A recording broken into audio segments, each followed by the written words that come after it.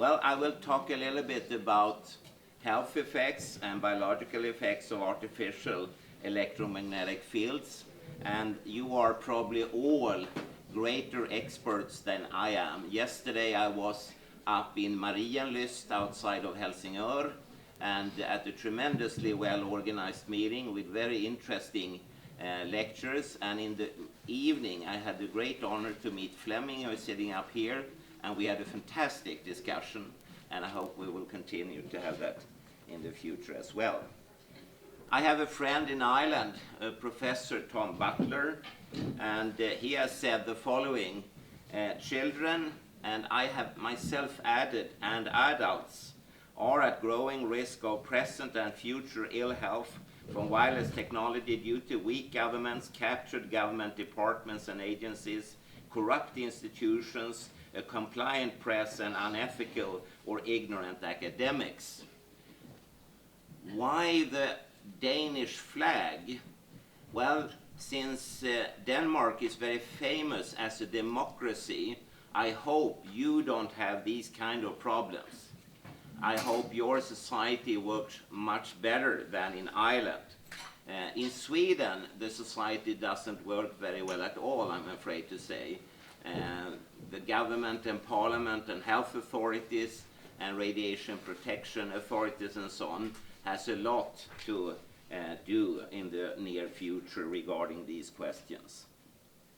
Historically, and as I said, you are all experts on this, you know about that Nikola Tesla, for instance, he might have been one of the very first persons that contracted what we would call today electrohypersensitivity.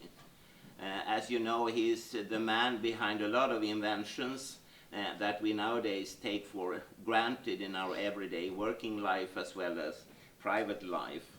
The most famous electrohypersensitive person today is, of course, Gro Harlem Brundtland, the former Prime Minister of Norway, a medical doctor and former head of the World Health Organization in Geneva. And she has come forward and talked about their electrohypersensitivity in a very composed and intelligent way. And already when the electricity was introduced, certain persons actually started to claim adverse health effects. And when you read these anecdotal evidence, you feel that it might have been the first cases like Nikola Tesla who had electrohypersensitivity. And you cannot jump Nancy Wertheimer and Ed Leeper, who studied the distribution in Denver, United States, of cases of childhood leukemia and noted that they were not evenly distributed, which they should be in such a big city as Denver. They were instead clumped together in what's called clusters at certain addresses. And to make a long story short, they found out that at these addresses, the kids had lived in homes near high current power lines where the electromagnetic fields were stronger. And they wrote a number of articles, including a very famous article in the journal Science, where they described their findings. And that led to that the World Health Organization in 2001/2002 classified power frequency magnetic fields as possibly carcinogenic. That was the first time such exposures had been identified due to the findings of Wertheimer and Leeper, as well as later on replicated by other scientists around the world.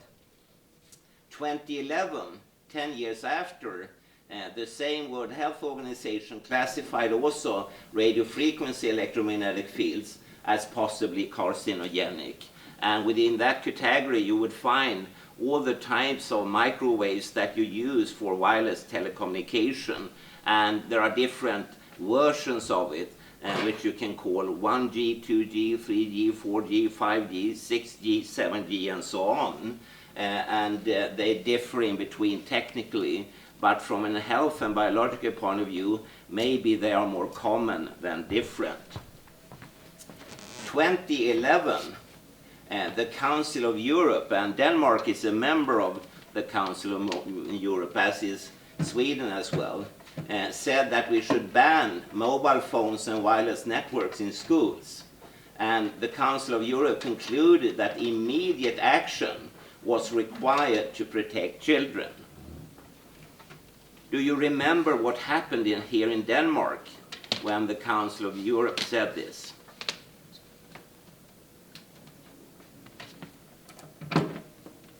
Well, nothing happened.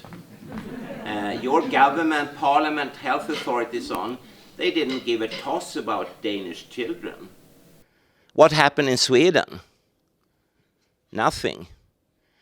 And that's very odd, you know. The Council of Europe is a very major player in world politics. It's kind of equal to the United Nations and similar organizations. So generally, people would listen to the Council of Europe. But for some reason, here they didn't. And that's very strange because the WHO had already cancer classified both power frequency magnetic fields, which is a long name for household electricity, as well as radio frequency fields.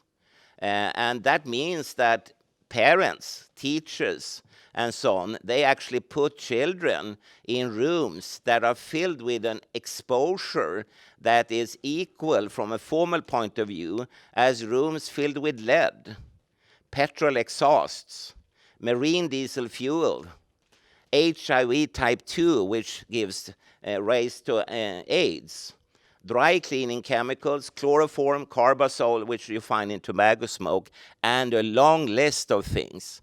And when I ask parents, including parents that work in the telecom sector, if they are prepared to put their kids in a 2B exposure from, for instance, petrol exhausts, they tell me, are you crazy?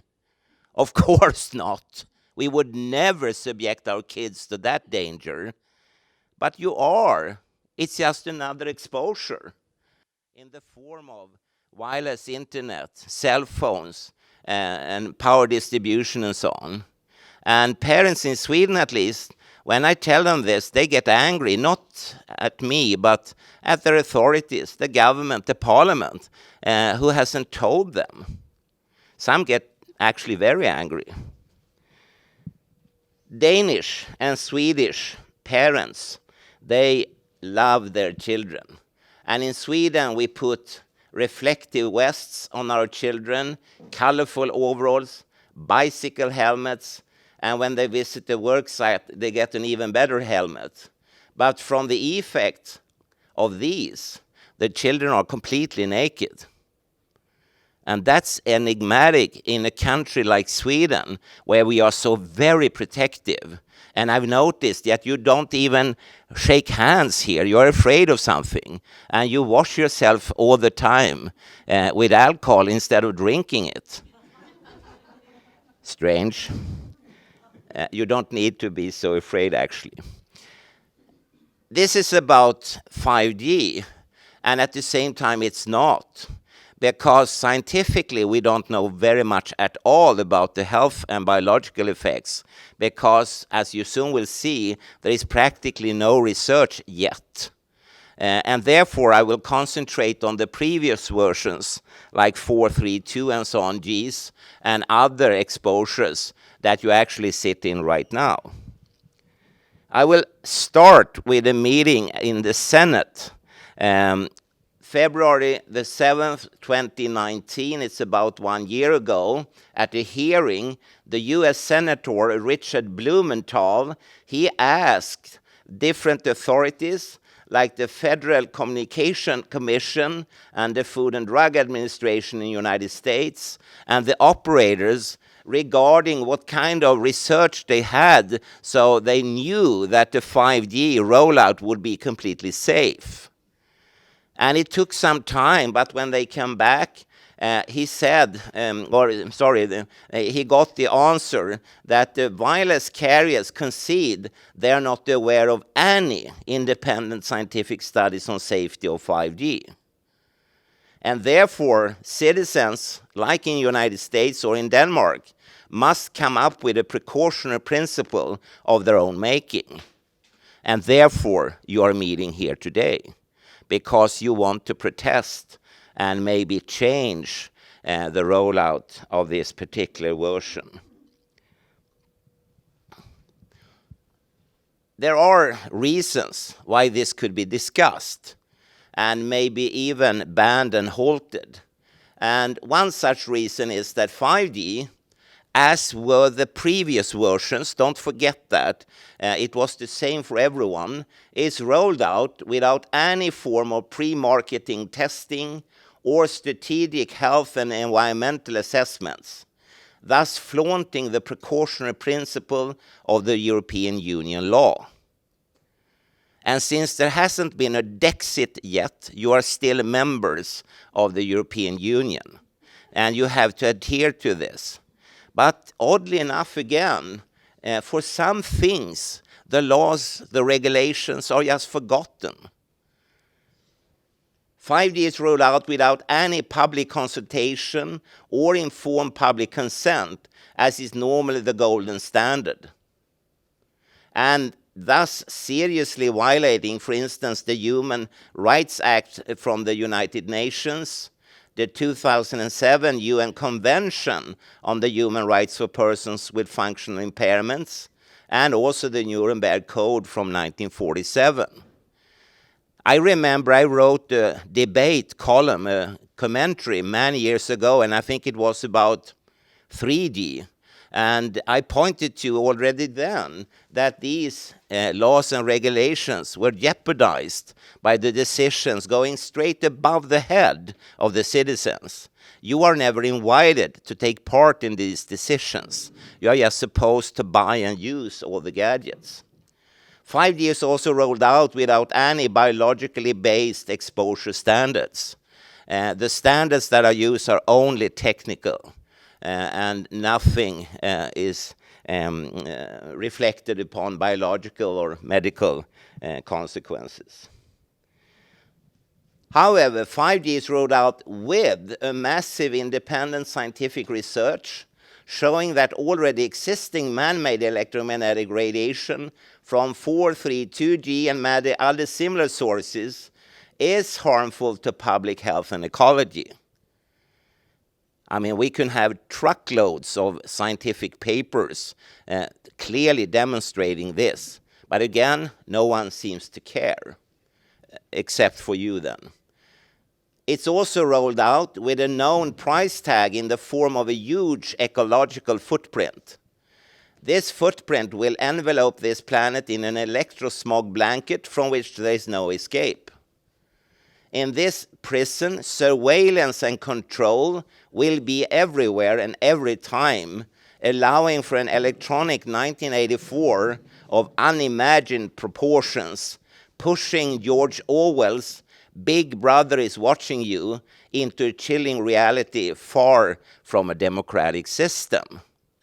Wherever I go in the world, and you know I travel more or less every week of the year somewhere on this planet, I always ask people, and I ask you too, is this what you actually want?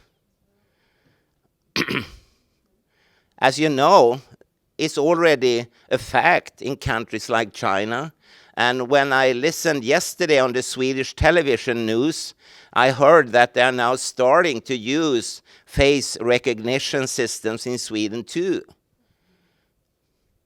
Good or not? 1984 or 2020? Non-democratic or democratic? Where should we draw the line? I know where I stand on this, but you need to think about it, I would say. So, what can we now learn from science? And since the time is short, I will have to be a little bit short. A number of scientists have shown that when you use a cell phone, you would contract a headache. When I ask, again, audiences around the world, including audiences consisting of telecom employees and heads and so on, no one says that, oh yeah, I want to have a headache from my cell phone. So actually we could stop here. and walk out and go across the street to some authority and say, hey, you need to take this away. I will not allow myself and my family to contract a headache due to this usage. But at least in Sweden, people nowadays report that it's normal at the end of a workday to have a headache. It's not normal. That's a sign that something is wrong. Either that your work is too stressful or that you're exposed to chemicals and physical exposures that will make the brain signal, hey, take me out of here. You get an avoidance behavior.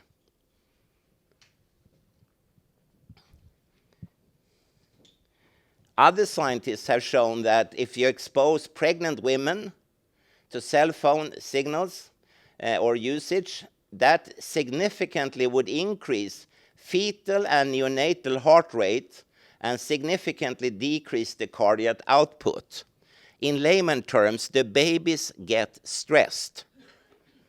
When I ask parents and grandparents if they want their fetuses and newlyborns to be stressed by the cell phone, no one pops up and say, oh, that's good. That's exactly what I want.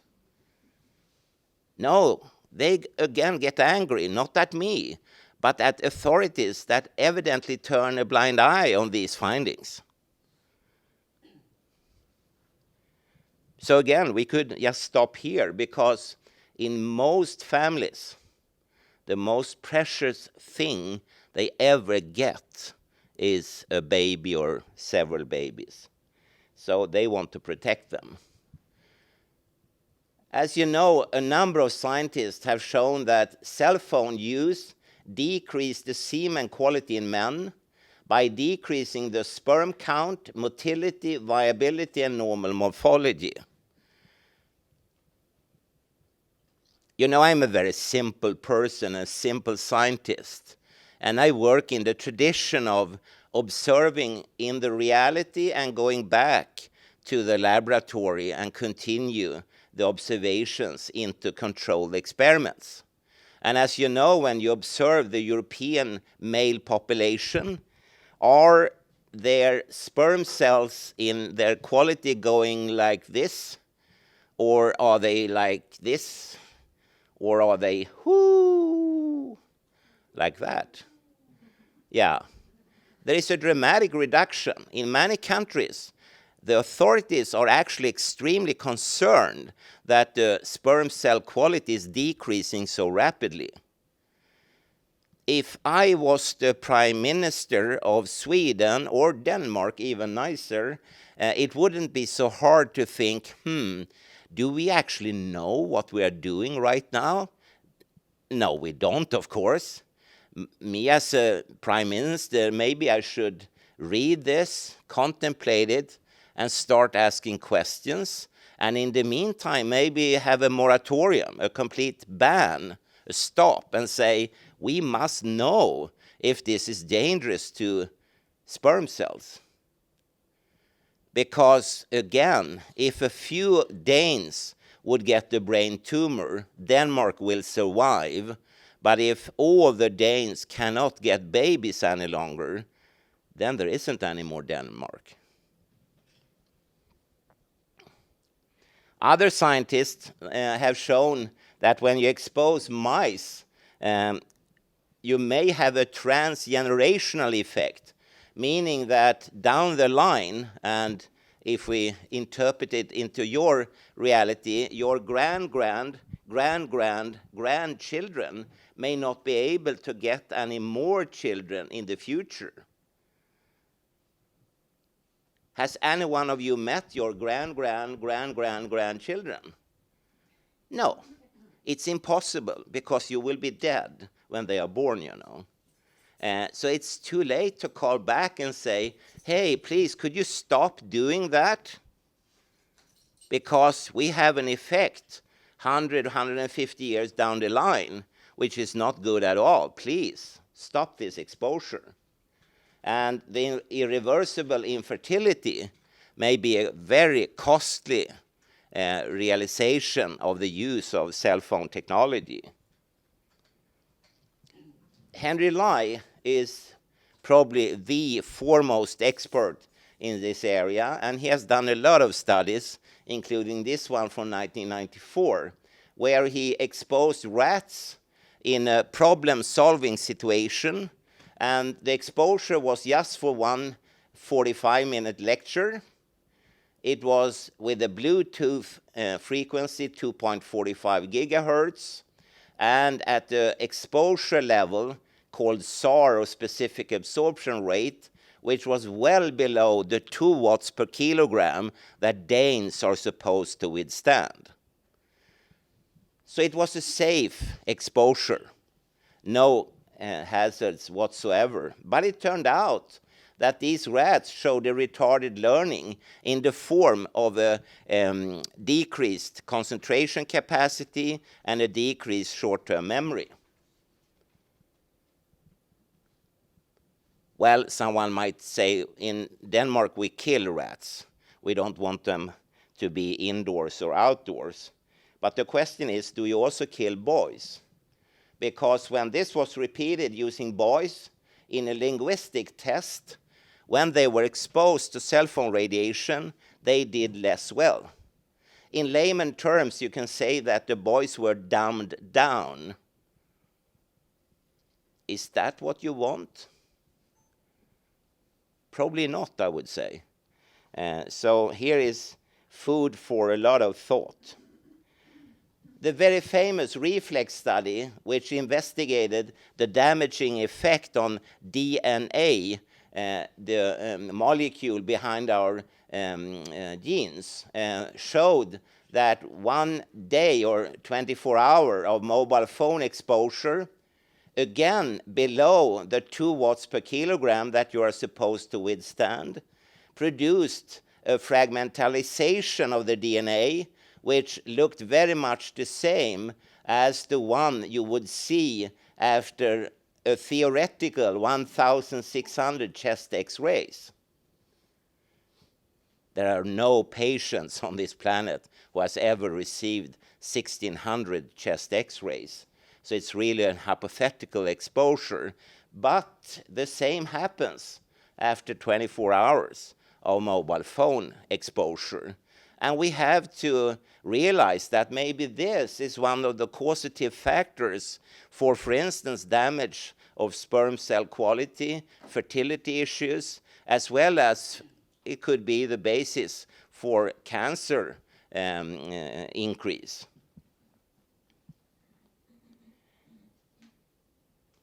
When the study was finished, do you believe me when I say that the industry, the telecom industry, went to a bizarre length trying to stop the publication of this study? But after 2 years, they had to give up, and it was published, and you can read about it on the internet if you're interested. Plants, like tomato plants, they are also at jeopardy. This very famous French study showed that exposure at sort of low levels from base station type exposures produced a damaging effect similar to, and I quote, "It was as if we had crushed the tomato plants with a hammer." The cells of this tomato plant reacted with a damage sequence involving a molecule called calmodulin. The same as if I would crush you with a hammer. We have the same molecules. But the scientists had not even touched the tomato plants. It was just an effect of the exposure. One study that really keeps me awake nowadays, and since the year 2017, is this, and there are other similar studies that are similar to this, Taheri et al. What they did was that they exposed common bacteria that you have on your body right now and in your body, regardless of if you wash yourself with the alcohol or not. And they exposed it to GSM, 2G exposures, and to 2.4 gigahertz radio frequency radiated from a Wi-Fi router. not very much happened, apart from one thing. The bacteria became antibiotic resistant. The very same year, 2017, independently of Tahiri and his co-workers, the G20 countries had a special meeting in Europe about the fact that around 33,000 Europeans are put to a too early death because of antibiotic resistance in healthcare. And it was said at the G20 meeting that by the year 2050, it is calculated that more than 10 million people around the planet will die too early because of the same antibiotic resistance in healthcare.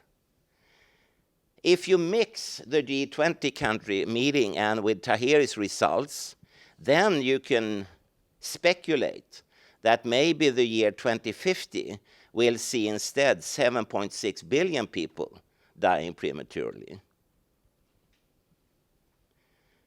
So this keeps me awake, I could tell you. There are also cognitive impacts, and the time is too short, but it should not be forgotten. As you know, kids today, they will have too many hours in front of a screen, less time for social contacts and physical activities, with risk for neck and back aches, overweight, sleep problems, severe myopia, nearsightedness, and IT addiction. For instance, in Sweden, the authority called Transportstyrelsen, which gives out driving licenses, has recently said that very many kids in Sweden will not be allowed to try for a driving license because they are too myopic. They can only focus on things very close to them, and such drivers we cannot have out in traffic. With autonomous cars, maybe it doesn't matter, but it's a dramatic shift in the ordinary biology of kids. And the question is again, do you really want that? Yes or no? Also, it should not be forgotten that the OECD has said that frequent use of computers in school is more likely to be associated with lower results. So the computerization of schools has worked in the opposite way than it was thought to be. And maybe this is the explanation why children and teenagers in countries like China are nowadays not allowed to use such gadgets at all or very little. Maybe the authorities there take these questions more seriously. And as you know, China has a very simple business model. They want to buy it all. They want to buy Denmark too. Don't forget that, you know. Sweden, Finland, everything. And by doing it, they need a population that is super smart, super sharp, and not nearsighted and dumbed down. So maybe that's the reaction to it in China. Well, in Denmark, you should be withstanding a SAR value of 2 watts per kilogram. And there are authorities called ICNIRP and also the World Health Organization who has decided this. The bad thing is, though, that when you look in the scientific literature, very, very, very many scientists, I could have slide after slide after slide after slide, show dramatic effects. For instance, on eating and drinking, calcium effluxes, DNA damaging effects, EEG alterations, leakage of the blood-brain barrier, changes in cell cycle and cell proliferation, which are arrived at low or very low, extremely low exposures, far below the 2 watts per kilogram. So the recommendations, they don't take into account any such effects. And every day, more or less, there is a new paper added showing that the guidelines do not protect anything in society, actually. So, about safety, acute or chronic exposure, very, very well below current official guidelines to wireless radiation is harmful. the need of biologically based exposure standards is instant. Not only for 5G, but for 4, 3, and 2G, and so on. Immediate protective action is called for, especially for the younger generations, fetuses, newlyborns, toddlers, children, teenagers, young women and men.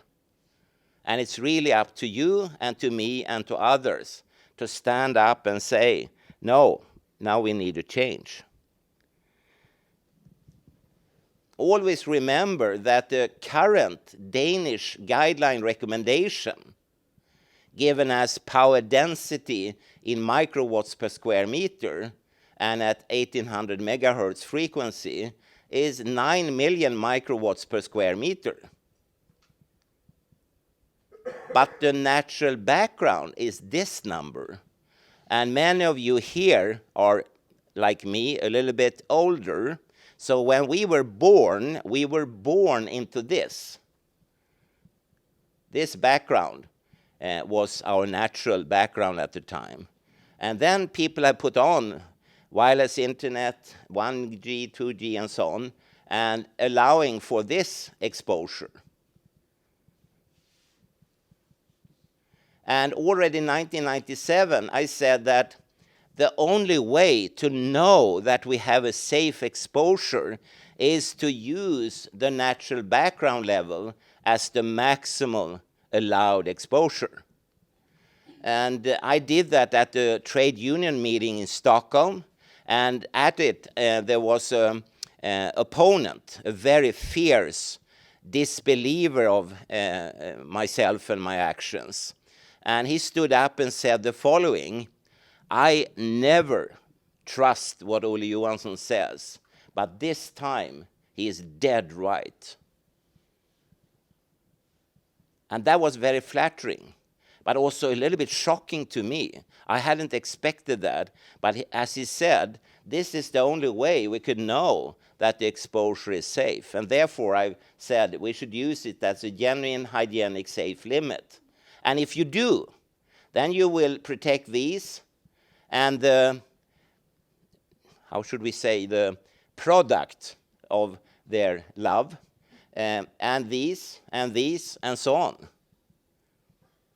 But if you use this, then you saw in all the previous papers that then you definitely risk the population, the plants, the bacteria, the fungi, the other animals. And it's up to you to decide what you want to do. So finally, what are we doing about it, and what are others up to? Well, to begin with, one could remember, just to get some arguments when you meet people and you talk to them. By the way, when no one knows who I am. I came a little bit early, and I took a cup of coffee just around the corner. And then there was a family, mother and father, and a very small baby and a 2-year-old. And the mother and father, they were checking their smartphones. So I leant forward and said, I read that the radiation from such cell phones could cause cancer. Have you heard about that? And the parents went, what? No, what? Well, since you have a smartphone, I said, why don't you Google it? And I will help you. Google the WHO radio frequency cancer 2011. And they started to do it. And after like 4 or 5 minutes, they came over to my table because I'd moved to my coffee cup. And then the mother said, yeah, it's correct what you say. It's all here in black and white. Have your authorities told you about this? Your government, your parliament?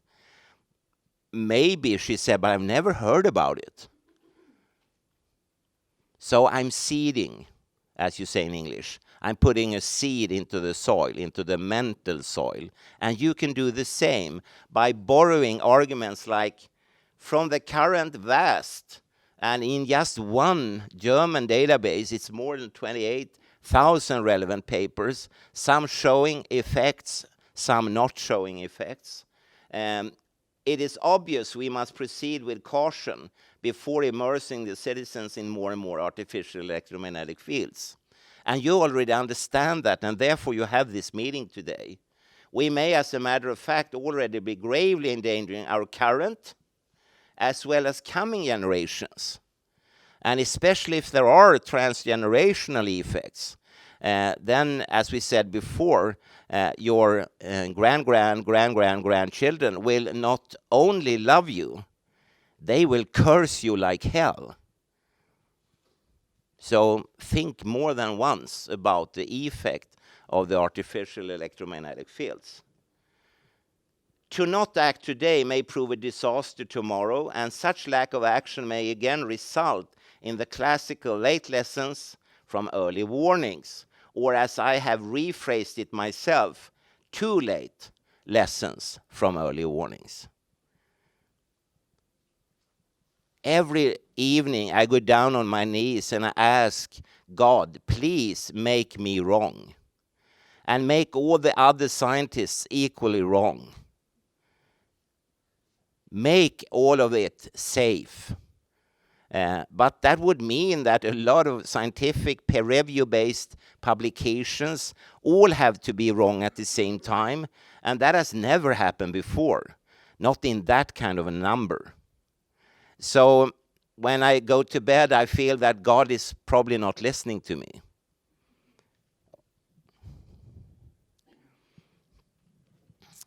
I have met a lot of Danes. I never understand what you say, but some things I understand.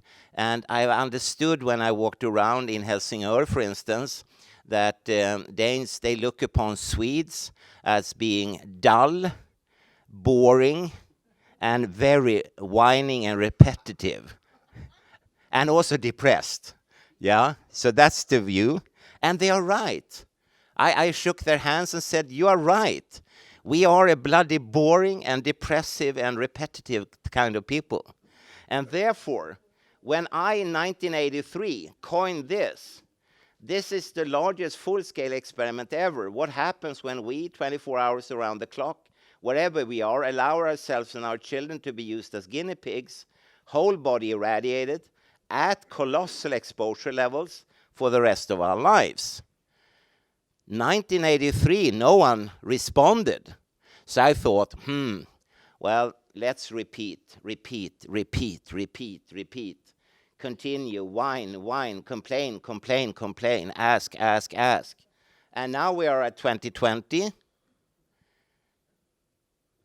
You know, yesterday evening, I really felt tired because no one seems to listen, and no one seems to be prepared to come up with an answer to this question. And that stresses me, actually. I don't know where to turn. The only thing I could say that 1994, when the tabloid in Sweden, Expressen, had this illustration and said that this is the Christmas gift of the year, perhaps, the illustration may have been the worst they could ever pick.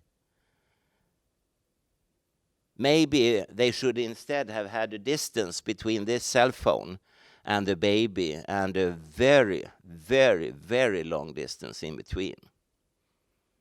But at that time, people were blinded by the new technology, and everyone just wanted to have it, and more and more and more. And that's again a problem for you, because nearly every Dane I have met out there as consumers, they say that, no, I want to have 5G. I want to have more, better, faster, bigger, quicker.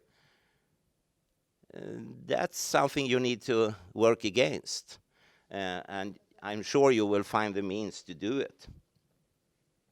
I said that no one is listening, but actually, it turned out that a few persons listened. One of them would be the municipality of Benevento, which is outside of Naples in Italy. And by 2006, they invited 30 experts, or should we say 29 experts and me. And we came there, And I suggested we should write the resolution and publish it after the conference. And so we did. And we pointed to that the precautionary principle must be in play. We should inform the population of the potential risks. And we should limit cell phone and cordless phone use by young children and teenagers. And as you note here, 2006, the wireless internet, Wi-Fi, was not on the chart. So we didn't include that, but 3 years later on, in the London resolution, we did. But we pointed to that we need to inform, we need to limit, we need to use the precautionary principle. And we should really honor the municipality of Benevento because they felt it was so very, very important to discuss this. Others have also listened very carefully to me, and they have introduced bans in schools for cell phones, like in France, Nigeria, Solomon Islands, Uganda, Malaysia, Japan, Belgium, Indonesia, Maryland, United States, and Cyprus. But where is Denmark and Sweden in this? You know, I'm very prejudiced. So I don't like to be overrun by countries like Uganda, Solomon Islands, and Nigeria. I thought Sweden and Denmark were better when it comes to protecting children than they are. But we are not. We are not. And remember, for instance, that Uganda is the first country in the world banning all types of plastic bags. We haven't done that yet. We should reduce the usage a little bit and so on. I mean, they are far ahead of us. And that's also stressful because they have listened to me and to others, and they have reacted and acted upon it. So, in summary, do not believe that mobile phones, iPads, and Wi-Fi are safe. They are not. Even a blind person can see that, you know. That's very obvious. And as you soon will see, the major players in our society has known this for more than 20 years. And they have acted upon what I have told them. These gadgets and their electromagnetic fields interfere with normal brain function, learning, memory, fertility, cancer risks, and have been shown to shatter the DNA in cells. All of this can be found in peer-reviewed scientific journals, but until now has not been in the public domain. One very important thing you can do, and I see you are like 50 people in here or something, after this meeting, do as I do. Go out and start seeding. Lean towards people and say, I've heard that this could cause cancer or problems with fertility.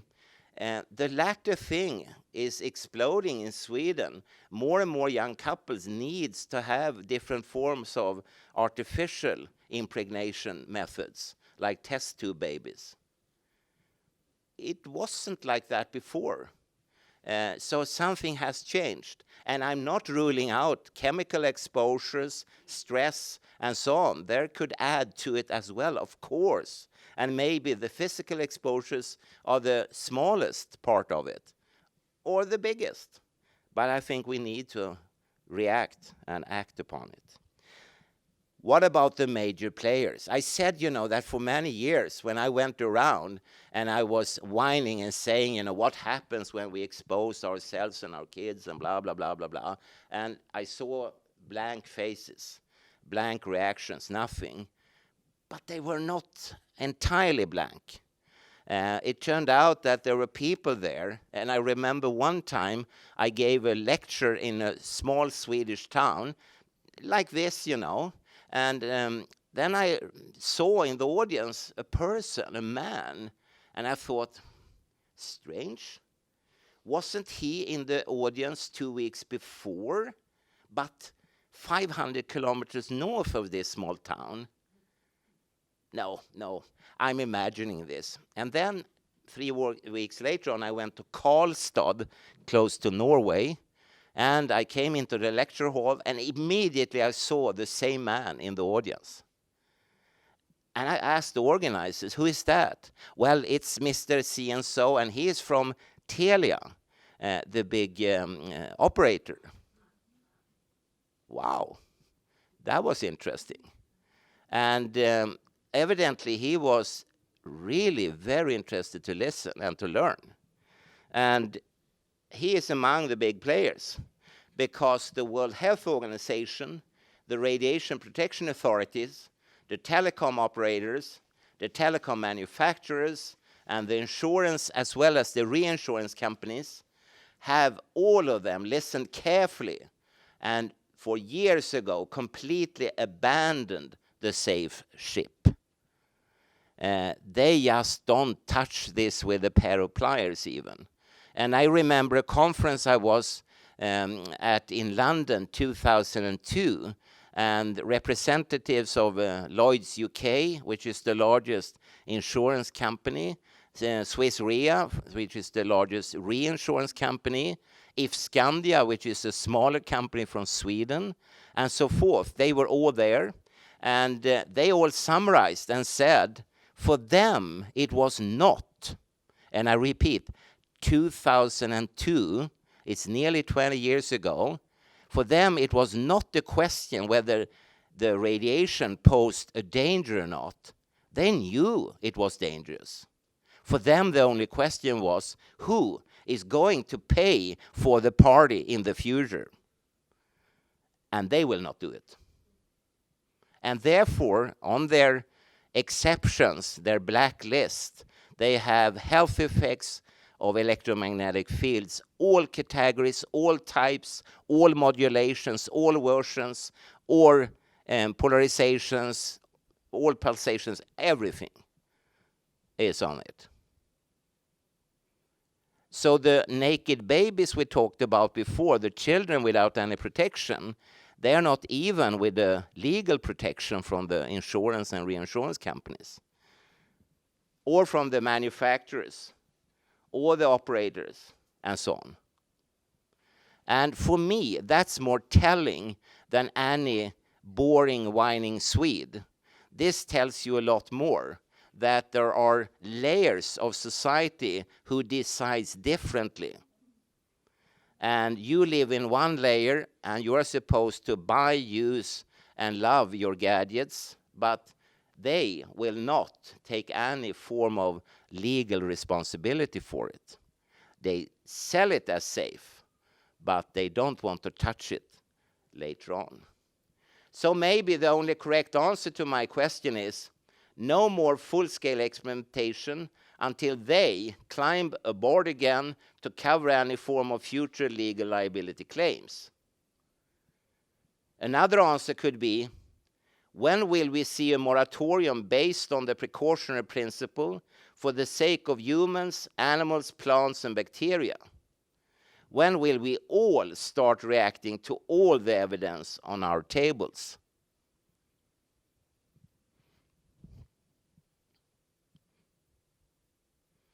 Thank you.